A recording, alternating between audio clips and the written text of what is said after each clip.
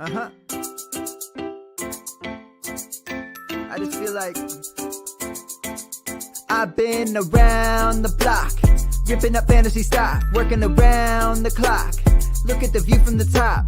Researching rookies a lot? No, I just be listening to pods. Yeah, one in particular, I'm just a messenger. Let me just pass on the rock. Browning, brunning, pruning, pronouncing ain't what he's doing. What he's doing is not losing, but infusing you with new things. And there's Dennis the Bennett, yeah. The man is a menace, yeah. Building a dynasty, some of the finest things. Promise you, you won't regret it. Sly as a fox, cultured in pop. Give him his props. Here is a thought, here is a box, and you cannot compare them at all. So don't even try. Careful with the news, but when you use a take, I take up Tony Fire. I mean Dyer, because anyone else. Fantasy round table, fantasy round table, yeah. Fantasy round table. Come take a look at the crown, baby. Hey, fantasy round table, fantasy round table, woo. Fantasy round table. Come take a look at the crown, baby. Go. Hello and welcome to another episode of the Fantasy Football Roundtable Podcast, and happy Groundhog Day! If you're like me, you might be planning a viewing a little bit later. I have convinced my wife that will be our Friday night film. Will be the classic Bill Murray Groundhog Day. Matt, have you seen that film? I have. It's been a minute since I've seen it, but I have seen the movie. That film is 31 years old. I did not know that. You know what? I'm just gonna break off on a full tangent here. Have you? I imagine you've seen this movie. This is probably like going to be a yes, but have you seen the movie Vanilla Sky? Yes. Do you think it's a good movie? No. No, I've never seen it. I was told I need to watch it. I'm debating on watching it tonight. So, I mean, it's an okay movie. I mean, Tom Cruise gives a decent performance. Penelope Cruz, that one's getting up there now too. I think that was 2001. Yeah, I was 2001. Talking to someone about it today, and it's just he was describing. He did a really good job of making the movie sound really interesting. I will say it wasn't my cup of tea, but there are people that really enjoyed it. I believe it was nominated for awards too the year that it dropped out. I think that's a Cameron Crowe. Yeah, it is. Yeah. It was like right after Almost Famous, and I really enjoy Almost Famous. Yeah, so do I. That's why because I didn't know who made it, and he told me, I was like, oh, this dude did Almost Famous, Jerry Maguire. Say anything. Jerry Maguire, right? He might have made Jerry Maguire, yeah. And so I was like, oh, well, I know who he is. Maybe I'll check it out. And then he described the movie. And I was like, oh, this actually sounds really interesting. I was like, don't tell me anymore. And I didn't realize they said almost 15 years since Cameron Diaz made a movie. She's in Vanilla Sky. Yeah, he sent me a clip of a specific. He did do Jerry Maguire. I had to think about it. He also did We Bought a Zoo and a movie called Elizabethtown, which I kind of like. I've seen Elizabethtown. I have not seen We Bought a Zoo. That's the Matt Damon movie, right? Yeah. I've not seen a lot of people hate on those movies, but I actually kind of like them.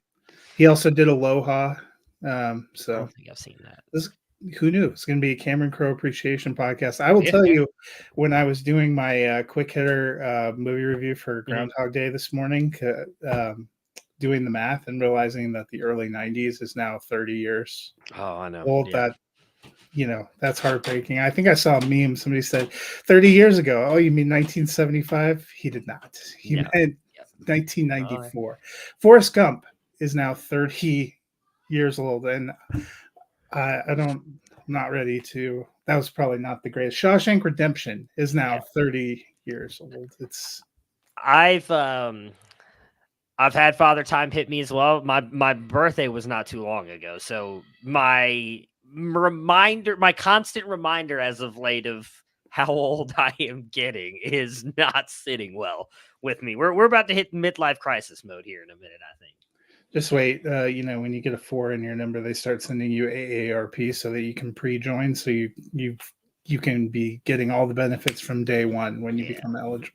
I'm really looking forward to that. It's not that far away. It's not that far away for me. Not that far away. Well, somebody who doesn't need the AARP card and may actually not have even seen Groundhog Day because he would have been 5 years old is the new head coach of the Seattle Seahawks, and that's Mike Macdonald. Becomes now the youngest coach in the NFL. He saw Gerard Mayo and said, hold my beer.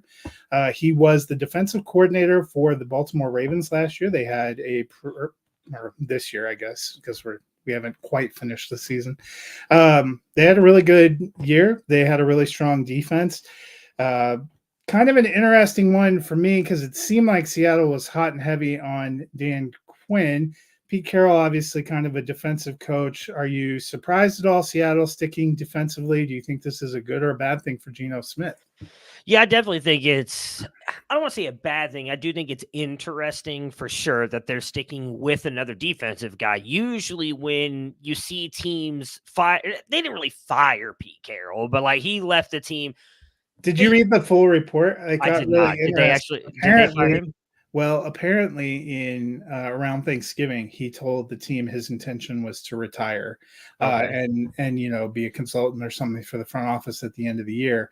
And after the way they finished the season, he told them he wanted to change his mind, but they said it was too late. Interesting.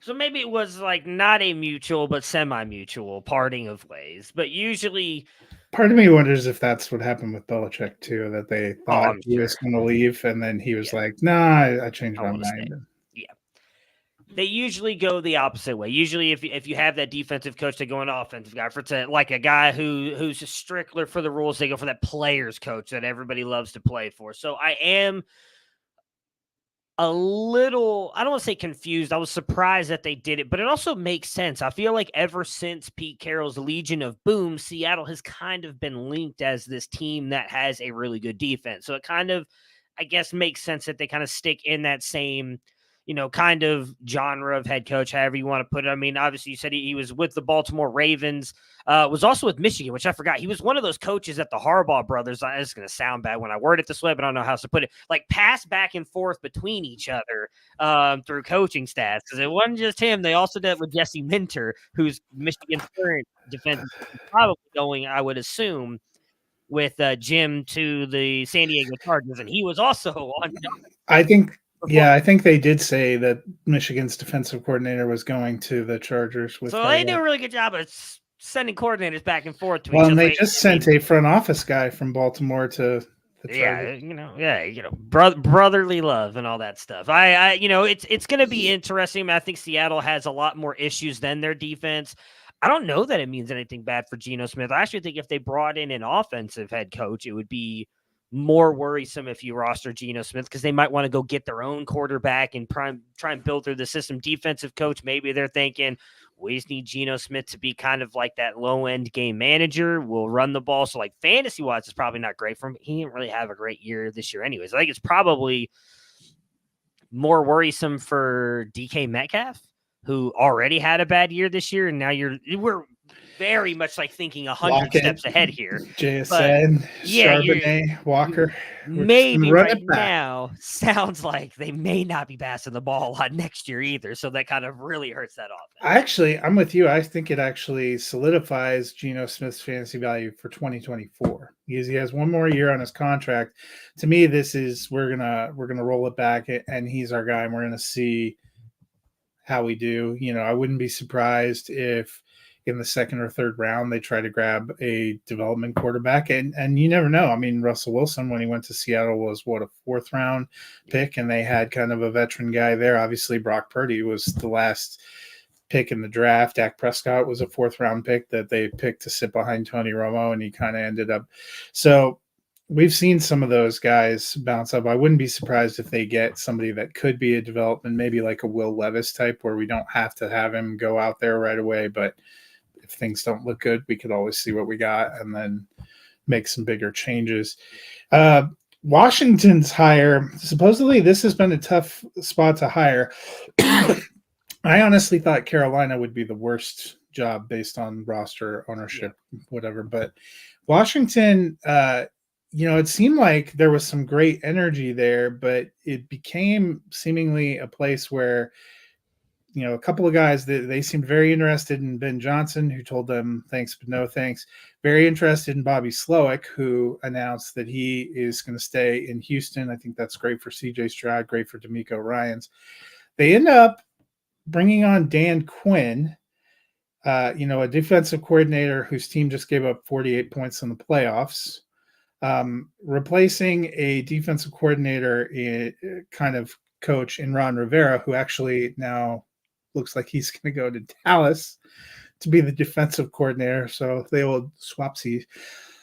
They have the number 2 overall pick. You would think they're probably going to take a quarterback, or they at least need somebody good to work with Sam Howell. And now the rumor is they're looking to pair Quinn with Chip Kelly. How are you feeling about Washington? I mean, I don't mind the hire of Dan Quinn. I felt like he did a very good job in Atlanta. I mean, I don't know that you can't blame him for them not winning that Super Bowl. That's really kind of on Kyle Shanahan, who might get his revenge in a way here. I mean, they also allowed a ginormous comeback. They did, but Kyle Shanahan just run the ball. I mean, it's on both of them. I blame Kyle a little bit more than I do Dan. A little bit more, not a lot more, but a little bit more. But I mean, obviously, what he did in Atlanta was good. Outside of the horrible playoff performance this year, Dallas Cowboys defense has been good. I mean, we have talked about. It's funny, obviously, me living here in Texas, the only person you ever hear them talk bad about is Dak Prescott. Like that. And I don't think Dak's horrible. He's not great, but it's going to be interesting to see what Quinn does here with the Commanders defense. I mean, they were dead last year. So, and they don't have a lot of talent, extremely talented players on the roster. I'll put it that way. They have talent on the roster. Well, their best defensive players, in Sweat and Chase Young, they shipped off in the middle of the season. So it's going to be an interesting rebuild. I really don't know what to think if Chip Kelly joins. I think if he does, that might be good news for Sam Howell, for the way he passes the ball and the way he can use his legs.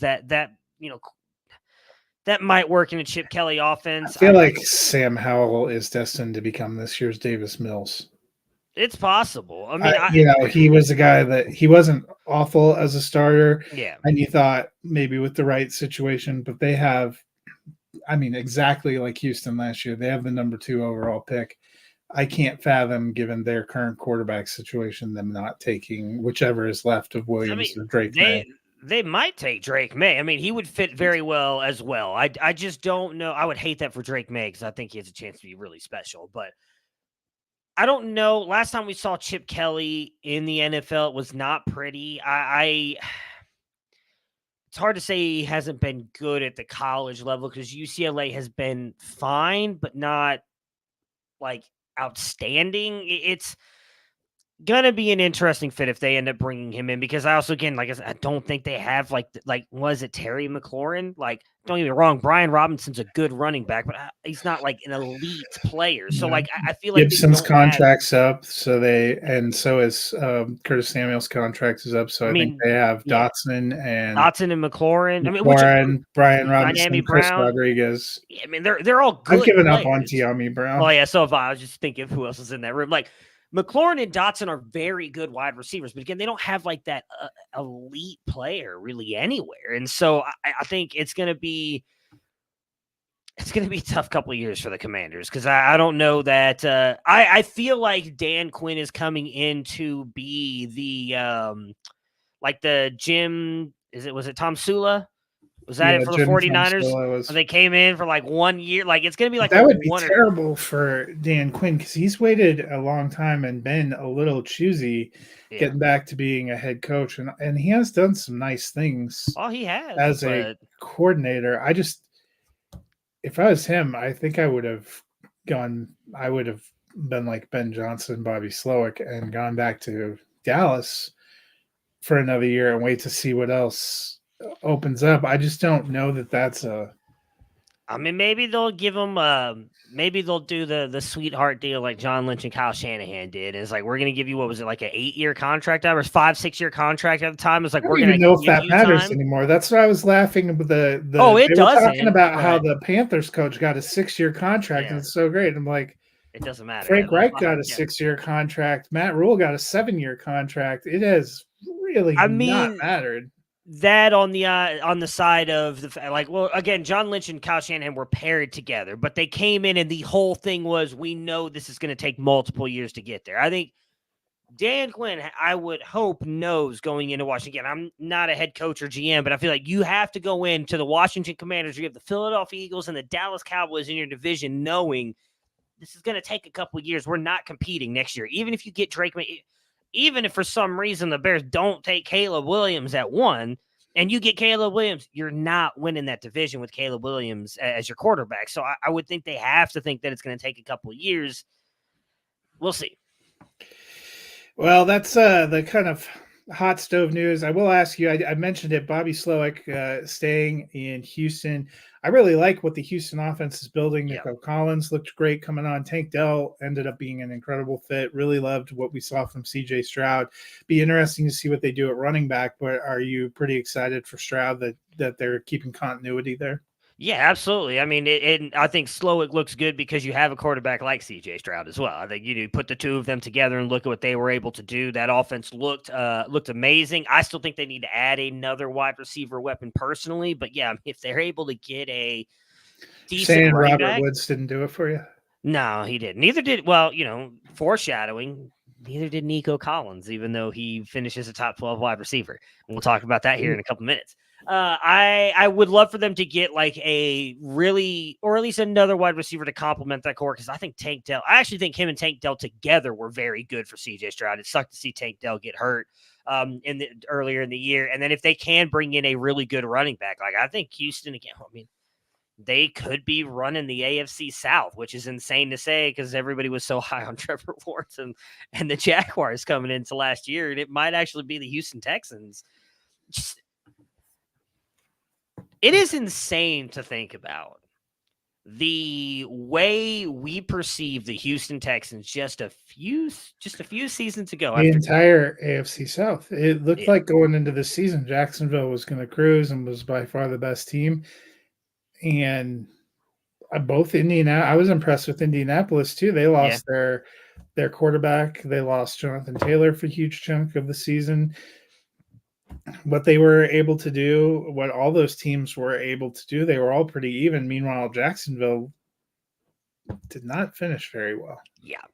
I mean, it's just insane to me when I think about the fact that, was it 4 years ago, whatever it was, when all the Deshaun Watson stuff happened, and everybody's like, the Houston Texans are going to suck for the next decade because Bill O'Brien traded away all those picks and did all this stuff. And how it shows you how good Nick Caserio is as a general manager, though. And everybody wanted him first fired after year year two. Yeah.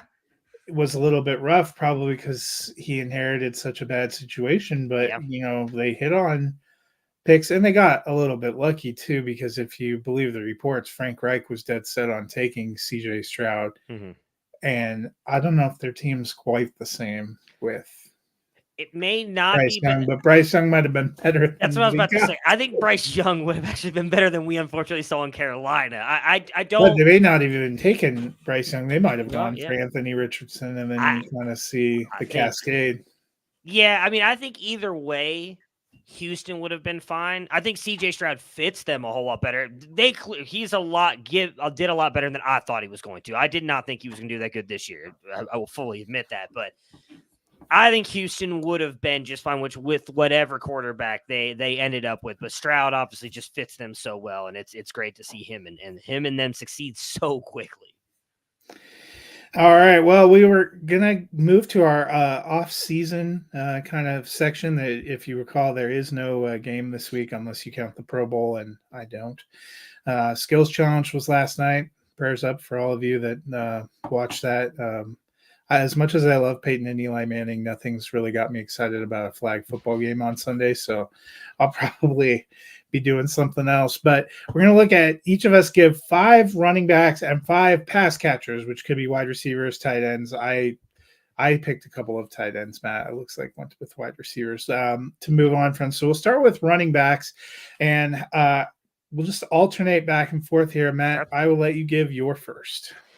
All right, so this is probably going to sound a little blasphemous after what he did this year, but Kyren Williams, I mean, look, he had a great year in that Sean McVay offense. Matt Stafford actually passing the ball to him as well. He finished his RB7 with 252 points, at least the league that I'm looking at. It's very, very impressive season. Very impressive season. I don't think he does it again next year. I think that he can still be good, but I think he takes I don't want to say a massive step back. I don't know that he'll have the volume as much anymore. I do think he's a good pass catcher. He's not the elite athlete some of us thought he might have been when we watched him play at Notre Dame. I think he takes that step back into more of like the 15 to 20 range. If people are valuing him as high as RB7 right now, I'm selling him because I think you can get, I don't know if you could get a first round pick for him in your dynasty leagues. Maybe if there's a contender who really wants a running back and they think he's going to run it back and do it again. But I think this is the high time to sell him. That's kind of going to be my, you'll see. This must be heartbreaking for you though, because you were so hyped for Kyren Williams. I did. I liked the draft because you saw the potential for something like what we got. Well, I think a lot of it, like he's a very good running back, but he's not like that. Like I said, the explosive athlete. He is a good pass catcher, and then obviously landing with the Rams. Like I love Sean McVay. I love that offense. So you want a part of it. You can just say your offense. I mean, you got that A+ hair. You appeared right after the Rams got eliminated. It needs to be shorter. That's the problem. I need a haircut. One more week. I've already got to set up. But it's not that I would not say to sell him because he's a bad player. He's not. He is a very good running back. I just don't think he replicates top 10 RP again next season. So you need to, or at least for me, in the way that I know some people play Dynasty and where you can capitalize on certain things, sell at the high point. I don't think his value gets any higher than what it is right now. Because I do think there's a legitimate chance that the Rams draft a running back again this year. I mean, it's not a great running back class, but there's enough guys that could come in and complement him and then complicate the backfield. Kind of with their 1 year delay, they took Zach Evans last year. We didn't really see him, but we have seen before where you get really excited about a running back that goes to the Rams and their DOA, their rookie year, which is what kind of happened with Kyren Williams. Yeah. And then all of a sudden they have great value because it takes a little bit longer to learn and to get rotated in. So I would say if you were holding Zach Evans on your taxi squad, I wouldn't necessarily dump him this offseason until we see how their next season starts. Yeah. My first one is Ramondre Stevenson. He had an amazing 2022. I think he's a really good running back. He was probably still the best part of the Patriots offense in 2023. But what is the Patriots offense going to be in 2024? We still don't know what they're going to do. A quarterback with the 3rd overall pick and a new regime. It's possible they take a quarterback and then you have a rookie going in there. They still haven't announced who the offensive coordinator is going to be, but no matter who it is, it will at least be the 3rd different system in 3 years. Or for Ramondre going into year 4, the 4th different system in 4 years. There are still people that hold on to him as being top 12 talent. And it's not that I don't think there is potentially top 12 talent, but I'm moving off and I don't want a piece of this offense. I do not think the Patriots are going to be demonstrably better in 2024 than they were in 2023. No, yeah, I agree with you. And I tried to go different names from you on the most part. So we have one name that let's just do the one that we have in common. Joe Mixon. I mean, obviously did not have I was trying to pull up his, there we go. Had a good season this year with Joe Burrow going down. Jake Browning comes in, who I actually thought played very well as well. He's getting a little bit older. Toward the end of the year, started to see that snap share go down a little bit more, where he really kind of dominated that early on. I'm talking high 60s, 70s, some that were even close to 80% snap share early on in the season. Then that started to dwindle a little bit more down the stretch. Even though he did have a couple really good weeks at RB1, RB6 in weeks 13 and 14, RB5 to end the season against Cleveland. What is his contract is almost up. So Joe Mixon's contract, he is under contract for this year, potential out in 2024, which is what we've hit. With $2.75 million in dead cap. Pretty easy to get out there. Yeah. So, and his cap hit is almost $9 million for a team that's going to be looking for money. Yeah. I'm with you. Chase Brown started getting more snaps. Yeah, looks somewhat good. Decent. Yeah. I'm not saying I think Chase Brown is the guy by himself. Yeah. And it's very possible Mixon signs like a low money deal to come back or restructures or something. But to me, he hasn't looked explosive or great in the last couple of years, especially considering how good that Cincinnati offense is. Yeah, I mean that's kind of the way I was looking at it. I think he will restructure and probably stay in Cincinnati, but what buoyed him early on in his career was a lot of receiving as well, which he didn't do as much of this year. It was almost solely based on the rushing. I agree with you. Chase Brown looked good. Again, same thing. I would be surprised if they draft someone and try and bring someone in to help out there as well. So I just don't think RB4 this year, again, if you can sell him at RB4 value, I'm doing it. You probably can't, but even if you get like a sell him as like a top 10 RB, because I think he drops down into that RB2 range moving forward. Yep. Why don't you do your number 3? So for my number 3, again, I know this is probably going to sound crazy with the year he had, but I'm going to go with Isaiah Pacheco, who finishes RB15. Obviously played very well for times at the Chiefs, but if you go down and look, and specifically looking at his snap share percentage, this is not great until the end of the season. He was barely crossing 50 at times, then gets up into the 60s. Did hit a couple of weeks where he was 70, where he was buoyed very high with that RB4, RB8, and RB2 on the week with a 93% snap share. This one's a little bit risky because you're obviously you're going to have a very good offense in Kansas City who's going to be down in the red zone, so he's possibly going to get those touchdowns. But I think that is what really kind of buoyed him at times. If you look at his stats, like, you can't show me one game where it was like extremely impressive. Maybe against Cincinnati when he had 18 carries for 130 yards, and then against the New York Jets, 20 carries for 115. Outside of that, like, not any of these games have been super impressive. I think he really got helped out with a lot of the touchdowns. And when he wasn't getting the rushing touchdowns, he was actually getting some receiving touchdowns. It wasn't many. What did he have? 2. So, I mean, it wasn't a lot, but he looked good toward it's very hard for me to figure out which way to go with Pacheco because, like, I could very much see him proving me wrong as well. It's tough in fantasy to bank on a running back who's not really got a role in the passing game. Yeah. And it's not to say he doesn't occasionally catch a pass, but he does not have if you're going in on Pacheco, you're hoping for old school Derrick Henry numbers. Yeah. And so for me, again, RB15, I feel like a lot of people out there, because of him breaking out last year as a rookie and then following it up again with a good season, RB15 is still good. Like, that can win you a league. That's a high-end RB2. I feel like the community values him a little bit more than they should. I would try and sell at that high point. My number 3 is Austin Eckler. Look, he has had some amazing seasons. He was RB1 back-to-back years. Really kind of fell off. A lot of the Chargers offense fell off, so it's hard to totally blame him for that. He's going to be 29. He is a free agent. He's never been the kind of guy that can carry a huge rushing load. He's probably looking for a situation where he can be a pass-catching back. For a player who some people still think of as a top 12 back, if I can find one of those people or somebody that's excited that he's still a top 24 guy, I'm moving him because I think you're going to see him slide into kind of maybe similar to what my best hope for him is probably what we got from Devin Singletary this year. Yeah.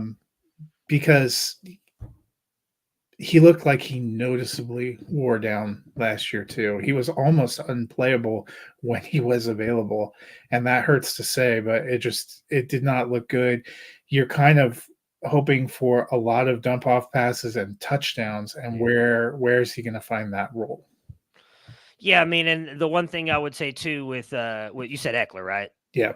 With Eckler, Jim Harbaugh has not really been the guy who likes to run one running back most of the time. He does like to use those. At least when he was at Michigan, he loved to have the Blake Corum and Donovan Edwards. Now, what I would say might work out for you in Austin Eckler's favor, that I would agree with you in selling him, he could be used as more of that passing down back. That is kind of what they use Donovan Edwards for at times. They really kind of let Blake Corum be the main rushing threat. Maybe the Chargers try and do the same thing here. We'll see what the offense is going to look like. Obviously, Sharon Moore, who took over at Michigan as the head coach, was the offensive play caller for Michigan. He's not going with him to the NFL, so we'll see what ends up happening there. But yeah, it could be interesting because I just find it hard to believe that Eckler would consider going back to the Chargers because there was such acrimony last off. And I know Tom Telesco's gone now, and Brandon Staley's gone, and it's a brand new day. But Oh man, I think that they're probably looking to go younger. I wouldn't be surprised if Harbaugh's looking to see what he can get out of Isaiah Spiller, who's still there on a rookie deal. The Chargers have some notable cap issues also. Yeah. I mean, I'm this might sound blasphemous, but I feel like in a year or two, I'm going to be talking about how the Chargers should have already fired Jim Harbaugh. Like I was saying, they needed to just fire Brandon Staley. So I don't think this is going to be. I don't think this is going to be successful. Well, that's just me. I don't think it will be either, but I'm okay with that as a Broncos fan. I'm not as a Justin Herbert fan. Oh yeah, that's right. You still have body art on the line. I still have body art on the line is right. This would have been a nerve-wracking season seeing the Dolphins. It really was actually for a decent amount of time. Who is your number 4? This is probably the most obvious one on my list. It's Najee Harris, who I love, by the way, as a running back and just a human being. Like he is such a good person. But yeah, I mean, look, Arthur Smith going over there.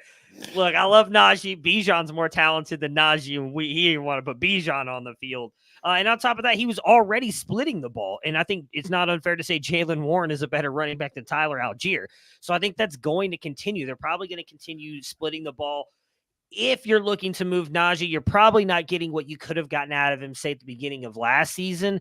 But maybe you can sell the fact that he was a top 10 RB in the last 2 games and just say, hey, like he was turning it around. He's going to be Pittsburgh's guy moving forward and see what you can do. But I think at this point, unless you're just a contending team and you want an RB, I think he could still finish as an RB2 again next year. He finished RB22 this year, or a high-end RB3. Unless you're just a contending team that wants a little bit of RB depth, I would try and move Najee for – I don't even think you could get a first round pick, maybe a second. And I don't even know if I feel great about that, but my number 4 is Raheem Mostert. And you know what? Nobody was happier for him than me. He had 1,000-yard season. He had 18 touchdowns. He caught how many? Can't remember how many receptions he had. I'll have to look that up. But 1,000-yard season, 18 touchdowns. He finished a top 3 running back in fantasy. I'm sorry, he's going to be 32. We just saw the best season he's ever going to have. Miami, Devon Achane looked pretty good. I wouldn't be surprised if they get somebody else. But there are people that are still excited about Mostert. 2nd round pick, 3rd round pick. I'm going to move on from that because this is also the healthiest we've seen Raheem Mostert. Yeah. He played and started 15 games. He played in 16 games the year before. Prior to that, he hadn't had any of those seasons with the 49ers where he was able to start that many games and see that many carries. You know, he had 209 carries. If ever there was a time to sell high for me, it's now. He had 32 receptions, so it's a pretty decent amount. I see now the headers here on Pro Football Reference do not look like what I was expecting. Yeah. So my last guy, again, this one's probably going to sound a little crazy with the season he just had, but Rachaad White finishes RB5 on the season. Don't know what they're going to be doing at quarterback, where he really got himself buoyed massively sometimes in the receiving game. I'm talking some games 6, 7, 6, 4, 5, 6, 7. Tons of games where he had a ton of receptions, which obviously helps you out a lot. Matt just mentioned a minute ago, it's hard to bet on a running back who doesn't get that. He got that a lot. We've seen even Baker's time in Cleveland. He was not afraid to dump the ball. If Baker comes back, I would be a little bit more hesitant to sell Rachaad White. But that for me is really what buoyed him up on top of that with the snap share. Now, don't get me wrong. This dude, was dominating Tampa Bay snaps at running back because they didn't have anybody else. Wouldn't be surprised if they don't bring somebody else in the offseason or in the NFL draft. This is the only one on my list where if you told me you don't want to do it, I won't fight you on it because I do think he could have another good season. I think expecting him to finish as a top 5 RB again, I wouldn't expect, but thinking off the top of my head, if we were to say we're going to sit down and rank our RBs on Monday, he probably would still be top 12 for me at least. Like, I don't think he takes a massive step back, but I do think that offense and the Buccaneers could take a small step backwards, and him in also doing so, because I just don't think he's going to have an 80% snap share as well next year. We just don't see it that often, especially from guys like, no offense to Rashad White, but he's not Derrick Henry. He's not Nick Chubb. Those are the kind of guys you usually see that from. So I think that brings it back, and people won't look at things like that. They'll just see he dominated. I think that he takes a step back. So again, if you can get him, I mean, what do you think you could get for him right now?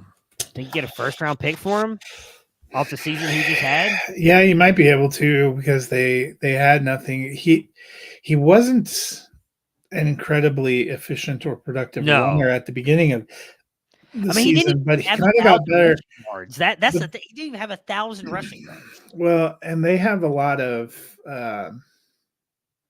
questions. It's not a lock. They get Baker back. They're going to have a new offensive coordinator. Yeah.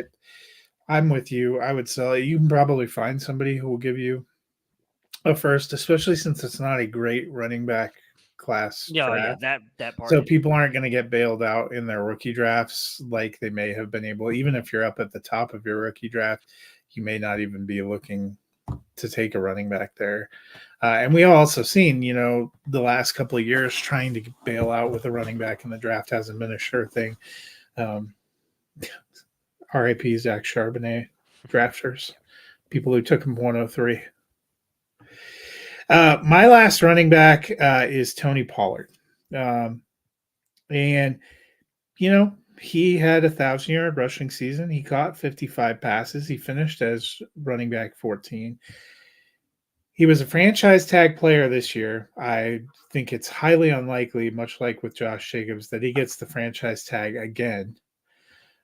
Could he be back with Dallas? Maybe. They have salary cap issues also. I think if anything, we saw that as excited as we were for Tony Pollard in 2022, he is not a lead back. He had 60 more carries than the year before and finished with 2 fewer rushing yards, 3 fewer rushing touchdowns. He had 14 more receptions than the year prior and finished with about 60 fewer receiving yards and fewer passing touchdowns. I think RB14 might be generous, and that's largely because he's in a good offense with a productive passing game and a quarterback who's not likely to vulture him at the goal line. That's probably the big difference between him and even a DeAndre Swift, who I thought looked more explosive during the season. Yeah. Tony Pollard produced okay, but if I can find people that still thinks he's a fringe RB1, or I'm moving him because I think there's a likelihood he falls to lower half RB2, depending on where he lands, or into RB3 territory. Dallas's offense as a whole was actually better and more efficient when they started mixing in Rico Dowdle more, which is not a great sign. No, yeah, I'm with you on Tony Pollard. I wanted to put him on my list, but I said I saw him on yours, so I pivoted to other names. We'll move on to pass catchers, and I'll go first for pass catchers. My first one this is blasphemous. Don't do it. Is Travis Kelce, and I know he has found the fountain of youth. I'm going to be honest; he has looked freaking fantastic in the playoffs, and that's enough to almost make you forget how. You know why, right? I'm afraid of what you're going to say. I mean, he's seen his girlfriend. How to find the fountain of youth too. That's all I'm saying. He looks like he's for sure going to come back next year, which honestly, down the stretch of the regular season, I thought those brothers were going to both retire out together. But his days of being the set it and forget it tight end one are over. And I think he still has chunks of time where he can put a 3 or 4 game run up, and he obviously still has great chemistry with Patrick Mahomes. But I think what we saw is a combination of age and their offensive philosophy and team philosophy shift in 2023, that he's not going to consistently be head and shoulders above everyone else in that position. But there are still people that on that name alone, especially with what we've seen in the playoffs, like he would be a stock up for me for playoffs. If we were doing stock watch, he put his value way up, and that is why, much like some of the running backs you highlighted, I'm moving him right now. because I think his value is never going to be higher than what it's going to be. Especially, I think he's going to ball out in the Super Bowl. As much as Probably, I'm not wanting the Chiefs to get a victory, I think he's going to have another great game, which is just great for you if you have him in fantasy. As long as he is dating, which by the way, I know is Taylor Swift. If anybody listening is like, does Matt not know? I know who Taylor Swift is. Who is this Taylor Swift? She's have they mentioned her on any singer. broadcast? I don't think so, but I think they panned to her one time. Look, she's good looking. I had to look her up on Google to find out who she was. No, I think as long as he's dating Taylor Swift, he's going to be playing. He wants to, wants the ball out.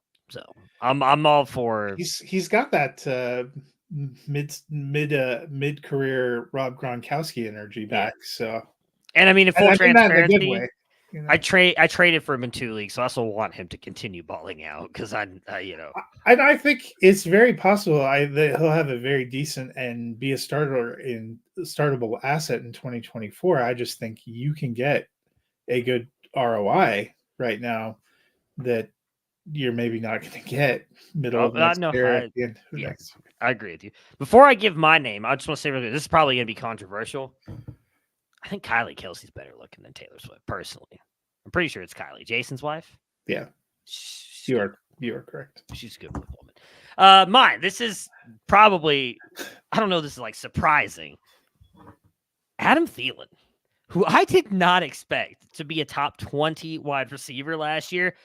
That was buoyed almost completely, though, by 3 games where he finishes wide receiver 3, 4, and 2. Outside of that, he rarely finishes a wide receiver 2. Most of the time finishes a wide receiver 3. And there were multiple times he finishes wide receiver 80 or worse. He was really kind of buoyed by those 3 weeks. Down the home stretch, Adam Thielen and Stephon Diggs were together and being useless. Yeah. For your fantasy lineup. So if you rostered Adam Thielen, you probably know that. But if someone's just looking at that, because I know we all play in leagues with the people who just look at, where this player finished last year, and they're going to see wide receiver 18 next to his name, trade him. You can get a second-round pick for him. Do it. New offense, probably new head coach, new offensive coordinator. This could be a completely different team. Like, I like Bryce Young as a player. Definitely did not look promising last year. They need to improve that offensive line, which I don't know that they're going to be able to do this year. So, I just think there's a lot of questions about Carolina. No first-round draft pick, no. Yeah, just if you can get out on Adam Thielen, now's the time to do it. You're telling me having the 101 overall would be a good thing to have? You would think so, yeah. My second receiver, I'm going back to the tight end wall, and I'm saying Mark Andrews.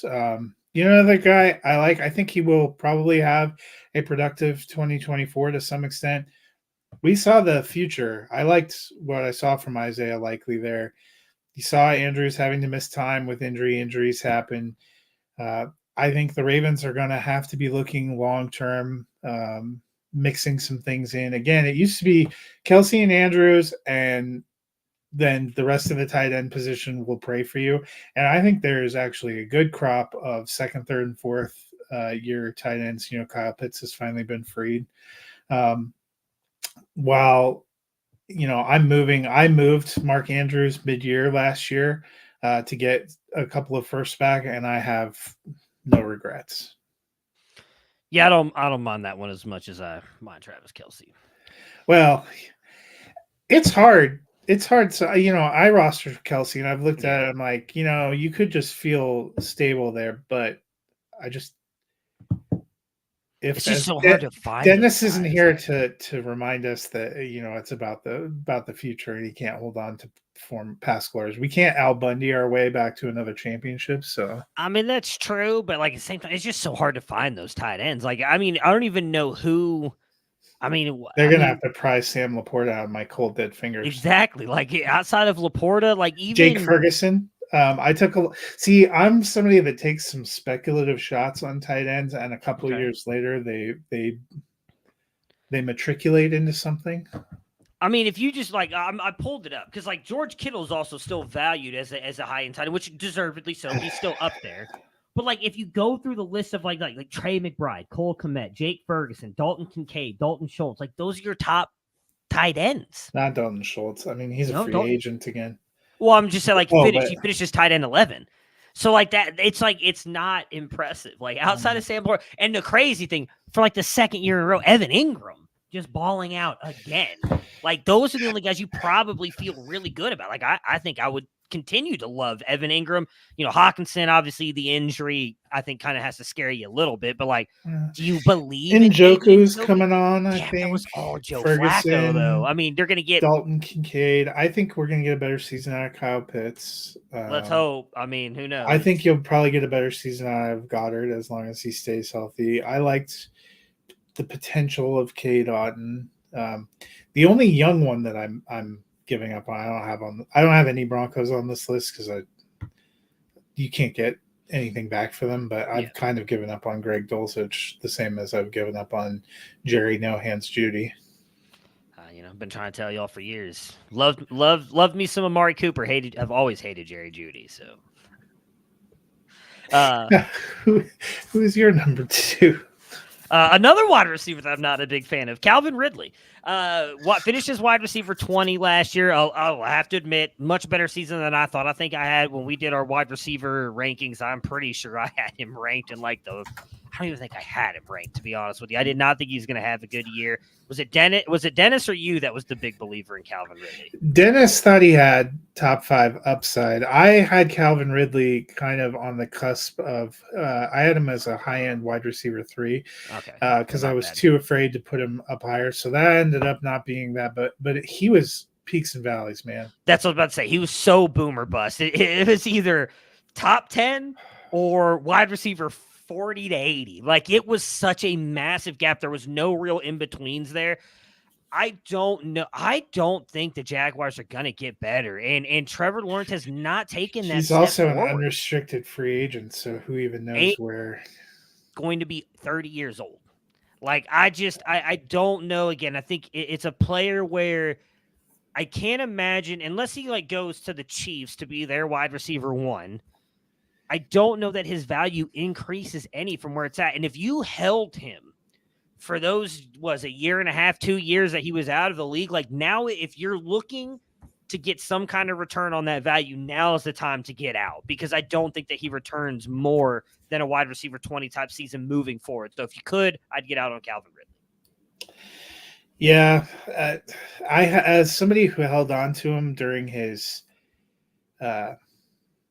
during his suspensions and with the hopes that we were gonna see something, that week 1, Dennis and I were so excited, and he had a couple other good weeks, but I'm curious to see where he lands too. Because he signed that massive contract with Atlanta, but now I don't know what you're going to get.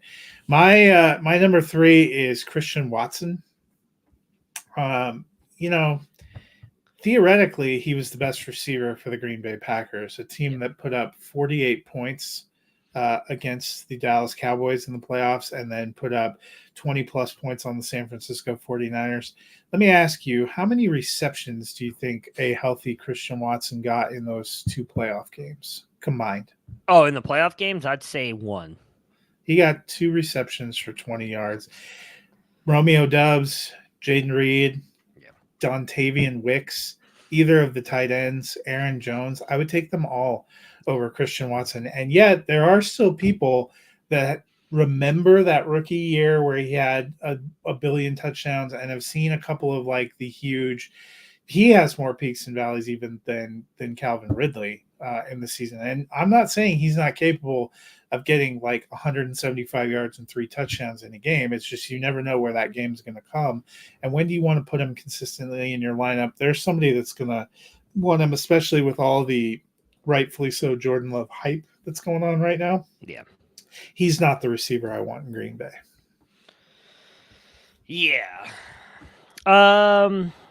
My next guy, Nico Collins, who we were talking about earlier in the show, finishes wide receiver 28 on the season. And, we talked about how much we like what Slowick and Stroud were able to do last year. That's going to continue moving forward. Maybe they add a running back to this team, maybe another wide receiver. Can you guess how many top 10 weeks or top 12, we'll say wide receiver 1, top 12 weeks he had before Tank Dell got injured? 1. 2. And he finishes wide receiver 5 and 3. Outside of that, 24, 77, 63, 31. Like, he had 2 good games, a bunch of bad games.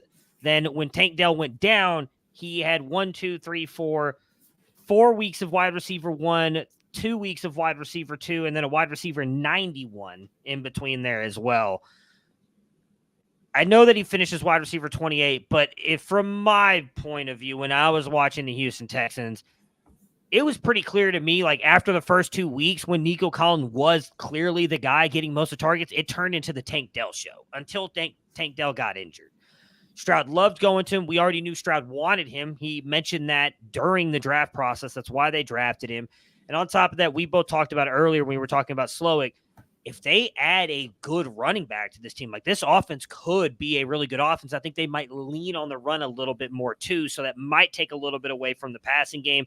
It's not that I think Nico Collins is a bad wide receiver, but again, I don't know that I view him as like a high-end wide receiver 3, even moving forward. He probably is a wide receiver 3, but it seems like the community values him higher than that as more of like this wide receiver 2 because of what he ended up doing toward the end of the season. In my opinion, not taking into context that Tank Dell was out and injured. So if I can trade him for a second-round pick or maybe trade down and get like you just mentioned a Jaden Reed, who I think actually has a chance to do something in Green Bay. If you get like a 3rd-round pick in a Jaden Reed, like I'm moving off Nico Collins. My number 4 is Keenan Allen. And he's been a great player, but this is another one. I actually, in a league where I rostered him, where I was looking at getting younger, I moved him toward the end of last season to get a couple of firsts back, to get a big deal back. He's going to be 32. He has 1 year technically left on his contract, but the Chargers were looking at potentially moving on from him before last season. Yeah. They just couldn't afford to make that work. I wouldn't be surprised if they either try to trade or release and just eat the almost $12 million dead cap for this year. And, where is he? Part of his value has been the fact that he is just completely peppered with targets, at or above 150 targets a year, which he's been incredibly productive. You don't know how long that can last, and if that can happen with another team. He's another player that likely, like Kelsey, like Andrews, will have a good 2024 somewhere. I am just willing to move on, to get ahead, and to start. If you have all the pieces and you're trying to just make one last title run before you have to blow it up, maybe you're holding on to him, maybe you're holding on to a Travis Kelsey. But if you're middle of the pack trying to get better, or you're looking to the future, or you have some depth, these are guys I'm moving for good value while I still can this offseason. Next for me, again, might sound a little crazy, Puka Nacua.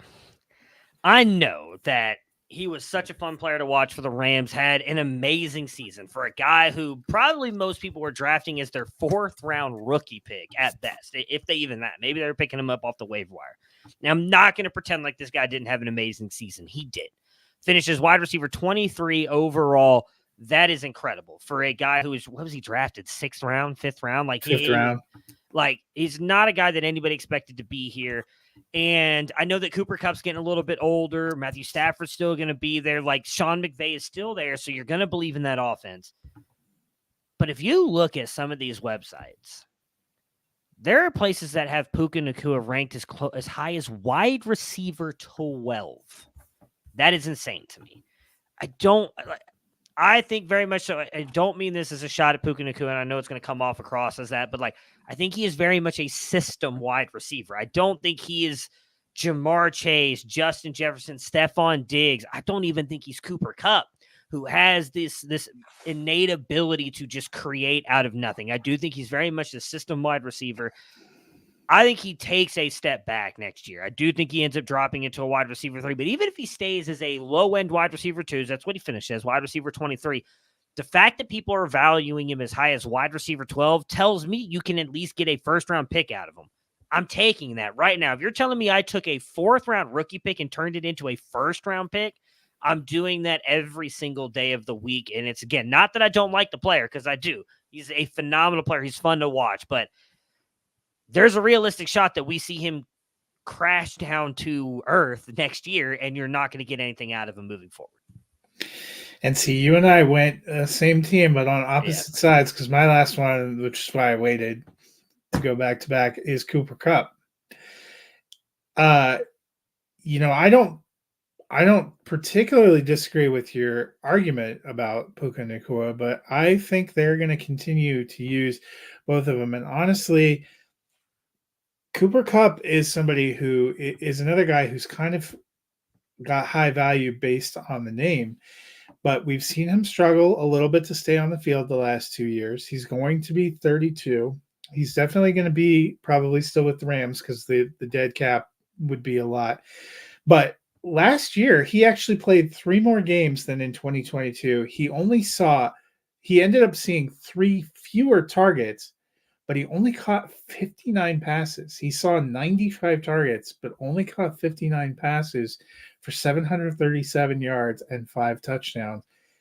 He had a couple of big games, and maybe he's still working himself back from injuries or from things, but everyone hits a certain age and stage, and it looked like they were kind of sharing and splitting. And the way the Rams were going, I don't know that they can have 2 super elite wide receiver ones. So if somebody still sees Cooper Kupp as a wide receiver 1 or a high end wide receiver 2, I am moving off and looking to get younger. Yeah, I mean, I definitely agree with that there. My last one is Rashee Rice, who you talked a lot about Travis Kelce boosting up his value during this playoffs. I think you could say the same thing about Rashee Rice with what he's been doing. Looked phenomenal in this playoff run, and definitely looked good toward the end of last year, this last season, which really kind of boosted him up with multiple top 12 wide receiver finishes, a couple in the top 15. But before that was really, really bad. And now maybe some of that was him getting used to the offense, although I would argue he actually had some of his higher end targets toward the beginning of the season as well, where he was struggling. Definitely came on, though, toward the end, 10, 12, and 9 in his last couple of games before getting into the playoffs. I personally don't think that he's going to end up being the Chiefs wide receiver 1, but that is what he is perceived as right now. He finished as wide receiver 30 on the season, which is not bad. High-end wide receiver 3. And his value, I don't think, is insane. I was trying to pull up Keep Trade Cut. I think last I saw they had him as wide receiver 22. So it's still a pretty decent increase on what his value could be. I don't know that he finishes as a wide receiver 2 moving forward, because even when I'll put it this way, I don't see a wide receiver being the best option for fantasy on Kansas City until Travis Kelce retires, because that is just Patrick Mahomes' guy, and he's going to keep going to him. So I think that he's going to continue to spread that ball around to the wide receivers. Could Rashee Rice be better than wide receiver 30 next year, second year in the offense, and getting kind of that better chemistry with Patrick Mahomes? Absolutely. But I think if you trade him now with the perceived value on especially what he's been doing in the playoffs and possibly what he could also do in the Super Bowl, like Matt mentioned with Travis Kelce, I think you could get a pretty decent haul. I think you might even be able to snag a first-round pick for Rashee Rice, because, again, he's viewed as the number 1 wide receiver in the Kansas City offense, and I would take that because there's at least 3 wide receivers in this class that I'm taking over Rashee Rice pretty easily, even though they have not taking a snap on the NFL level. Well, and you got to wonder, Kansas City, I think, is going to remake their wide receiver room again. Sky Moore hasn't worked out. Kadarius Toney, MVS. I don't think they're going to roll with Rashee Rice. It's helped him that it's him and Justin Watson have been basically it in terms of reliable wide receivers. I would expect they're going to make some kind of a move. Oh, there we go. Well, that'll do it for us today. So you can go out there. It's a good weekend to start trading. I like to call it Minor Depression Sunday because we don't really have any games. Really quick, I finally got it up. Wide receiver 15 is where Rashee Rice is valued right now. If he's really valued at wide receiver 15, sell him immediately. Sorry, just had to throw that out there. And we see it all the time where Kansas City Chiefs receivers get an incredible boost and it doesn't work out. We will be back on Tuesday. We're going to break down frame by frame every play from Pro Bowl flag. No, I'm just kidding. We will have 5 players that we want you to stash for next year. So probably not guys that were explosive this year, but 5 stashes. And then Matt and I will give our predictions for NFL honors, which takes place next Thursday. We'll do that on Tuesday. And then next Friday, we will have our Super Bowl preview with Super Bowl props. I hope there has got to be a prop bet out there about whether or not Taylor Swift appears in the halftime show. Oh, I'm sure there's It's going to be over under how many times Tony Romo refers to Taylor Swift as Travis Kelce's wife. that, and how many times they show her. I think the over-under's got to be set at like 20. Yeah. So, and there will be non-Taylor Swift props too, but we're going to be looking for some fun props. But until then, you guys have a great weekend. Try not to mourn too hard that there's no football. You can always go back, listen to past episodes. You know, just like that meme of Wolverine looking at a photo. You can remember the season that was. Guys, have a wonderful weekend. We'll see you on Tuesday.